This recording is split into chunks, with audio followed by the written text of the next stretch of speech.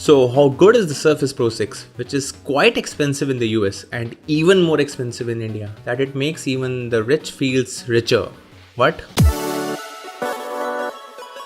So the specifications include i7 8 Gen with 8 GB of RAM, 256 GB SSD, HD resolution screen. You can comfortably adjust the display angle on the screen with the kickstand. The kickstand wraps seamlessly at the back of the tablet. The pen sticks to the magnets on the side. The device can be placed at a comfortable angle to work and sketch on. There's a camera on the back and on the front. There's a mini display port, one USB 3.0 and a micro SD reader on the back of the device. The power adapter sticks to its port like a magnet too. Then there's a power button on the top with volume keys next to them. The pen feels heavier than my Wacom pens, but it feels damn solid. I'm really happy with the quality of the screen the Surface Pro 6 gives you. The brightness on the screen is extremely good considering it's a tablet and it's not an AMOLED screen. What's truly shocking is that no matter how much money you pay, you would have to pay extra to get the Microsoft Office on the Surface Pro tablet, which is frigging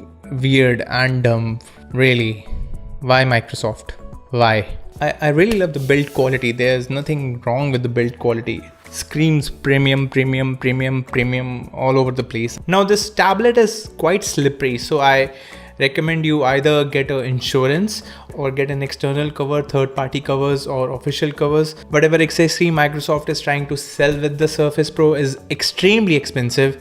So I would recommend to go for the third party, whichever covers are available for the Surface Pro. Another way I recommend you to use the tablet if you want to keep it safe is to open this and hold it like this. This way at least you would have an assurity, an extra grip, an extra lock whenever you're using the tablet. This part of the pen can be used as an eraser, and if you hold on this button and tap on the screen, you can use it as a right click. These things definitely need some getting used to. The reading speeds were pretty good from the USB 3.0. Got a solid 25 Mbps of writing and 40 to 50 Mbps of reading speeds from pen drive, which supports the 3.0 speeds. Now because I know Windows pretty well, I was able to work with the tablet, open whatever I wanted to open without the keyboard. But I think if you're not an expert in Windows, you would need to buy the keyboard to get used to this Surface Pro tablet.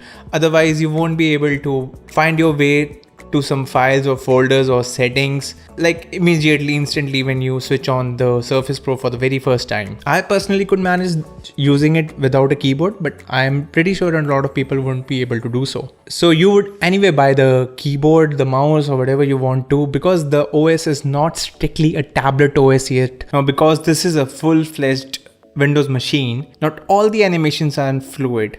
Because it runs an i7 Mobile Edition processor, the onboard GPU isn't doing much justice to the graphic power it needs to make all the animation look extremely fluid, like how we are now used to seeing them on the iPhones and the Android phones. However, I would have loved if the speakers were a little louder.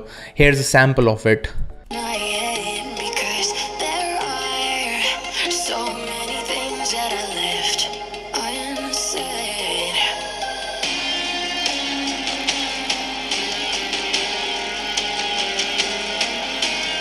When OnePlus 6T McLaren edition launched, I knew exactly what they were trying to do.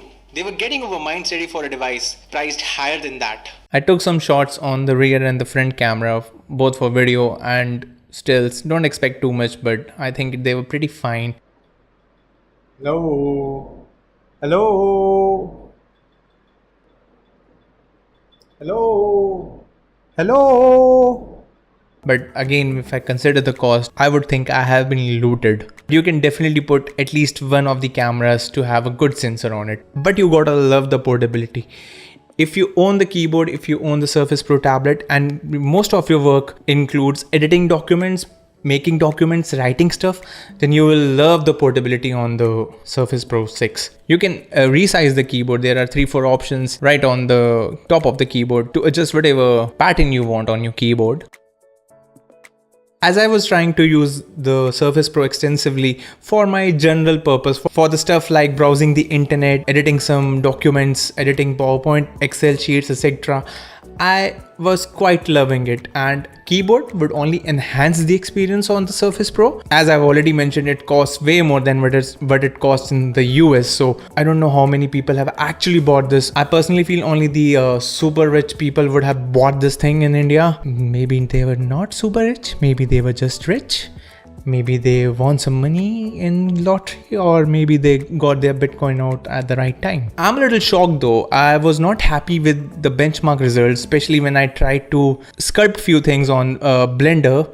I was really disappointed with the performance. I think it will be okay on your 2D software, 2D applications, but on your 3D software, do not invest your money in the Surface Pro 6, even on the i7 edition, and expect to do any 3D work with extreme smoothness on this device. One thing which will definitely work on this tablet is subscribing to my channel. One more issue I have with this tablet, with Microsoft specifically, is whatever accessories they are trying to sell with this tablet are so overpriced, especially in India. If you try to buy the pen in India, it will cost you around 20,000 rupees. Like the same pen will cost you 80 USD in US, which is 5,600 rupees. But in India, the same pen will cost you 20,000 rupees. Are you frigging kidding me? Microsoft, you are not Apple yet. People will never pay you that much, especially in India, for your accessories. Even the standard USB-C to HDMI adapter cost 5,000 rupees, which is 80 US dollars. This is insane. I will personally never pay that much money to Microsoft or any other company for such standard accessories or enhancements or adapters. Come on, guys. I noticed that whenever I was trying to sketch on it with my advanced sketching skills, it was kind of moving backwards with my hand pressure. So I would suggest to keep a mat or something right below it so that it doesn't slides.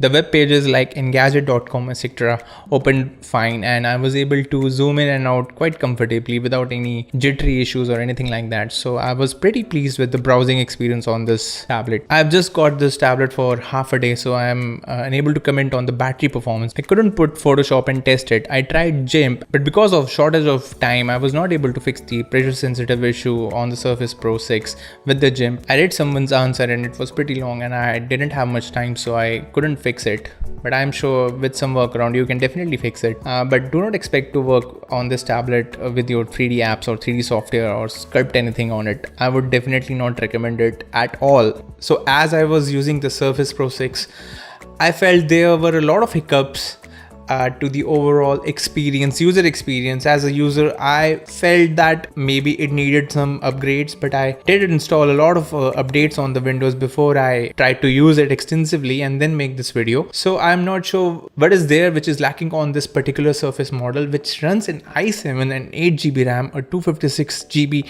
SSD right inside of it. So even after all that hardware, Windows is doing something which is underperforming this tablet, especially when it comes to overall user experience. If you compare this tablet directly to an iPad, I don't think you will prefer this tablet over that in terms of fluidity. So the first edition of the Surface Pro in India costs around 40,000 rupees with a M3 processor on it, which is I think last gen or last to last gen. I was thinking of getting those as one of my emergency workable tablet which runs Windows, but seeing the performance of this tablet, I think I made the right choice by not going for it. So what is this really good for? If you want decent battery performance, if you want to browse the internet, if you want to stream videos, if you want to edit documents, make some presentations, edit PDFs, make some PDFs. Heck, I don't know, I couldn't try, but I think even Photoshop would run just fine on this. But do not expect any of your 3D software or app to be workable on this device. So just skip that part. Just do not invest your money on this. Get a Wacom instead, because at least those are made by keeping you in mind as a professional. So is it a value for money device in India? Definitely not. It's extremely expensive and I'm not sure how many units have been sold in India. There's a possibility it has faced failure in India like it has faced in throughout the world. But anyway, in India, it costs way too much than what it costs in the US or countries like Europe. I have no idea why our government and these companies have to put all the taxes on our head. Well, that's how the corporate world works. So that's all for today. Mewbot out.